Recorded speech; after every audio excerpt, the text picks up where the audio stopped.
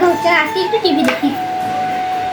Breaking news, ভাঙ্গা টিভির পেছনে দেখা যাচ্ছে অসংখ্য রাসেল ভাইপার, যেখানে দেখতেছি সেখানেই দেখা যাচ্ছে অসংখ্য রাসেল ভাইপার, যেখানে দেখতেছি সেখানেই রাসেল ভাইপার, যেখানে দেখতেছি সেখানেই রাসেল ভাইপার দেখা যাচ্ছে। হ্যাঁ, রাসেল ভাইপার নিয়ে এটা ফিরে আবার কি? গাছে, দুয়ারে, বিছানায়, টয়লেটে।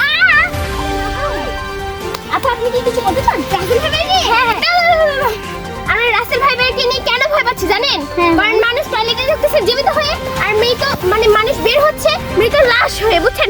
আর আমরা ভাঙ্গা টিভির নিউজ এই পর্যন্তই শেষ। এটা তো মানুষদের জানাতে হবে। তুই এখানে বসে আছিস কেন? এই বাংলাদেশে তো রাসেল ভাইপার ছড়িয়ে পড়েছে। রাসেল ভাইপার এটা তো মানুষ। এ বলো, এটা হলো একটা সাপ যার কামড়ে মানুষ মারা যায়।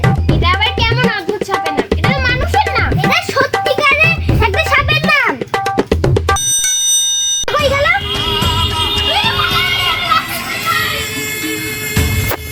আবার চলে আসলাম নতুন একটি ব্রেকিং নিউজ নিয়ে। যারা যারা রাসেল ভাইপারকে ধরতে পারবে তাদেরকে আমরা নগদ 50,000 টাকা দেব। আরে আপা, আপনি? হ্যাঁ ভাই বলেন। আপনাকে তো আমি মনে মনে খুঁজতেছি, আগরবাতি দিয়ে টোকাচ্ছি কিন্তু পাচ্ছি না।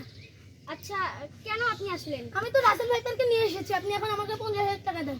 কেন? আপনি তো মানুষকে নিয়েছেন, আমি তো সাপকেই বলতেছি। কি এই রাসেল ভাইপার সাপ না? না না, এটা তো মানুষ। আবার চলে আসলাম আরেকটা ব্রেকিং নিউজ নিয়ে। জানি না মানুষ এত ভীতু কেন, একটা সাপকে মাত্র ওরা ধরতে পারলো না। জানি না এত ভীতু হলে কি চলে। আচ্ছা ভাই, আপু আপনারা কোথায় কিছু বলেন? না, আমার আমি রাসেল ভাইপারকে ধরতে হচ্ছে। এই রাসেল ভাই, সবাই তো চলে গেল, আমি খেয়ে যাই ঘুরে, আমিও চলে যাই।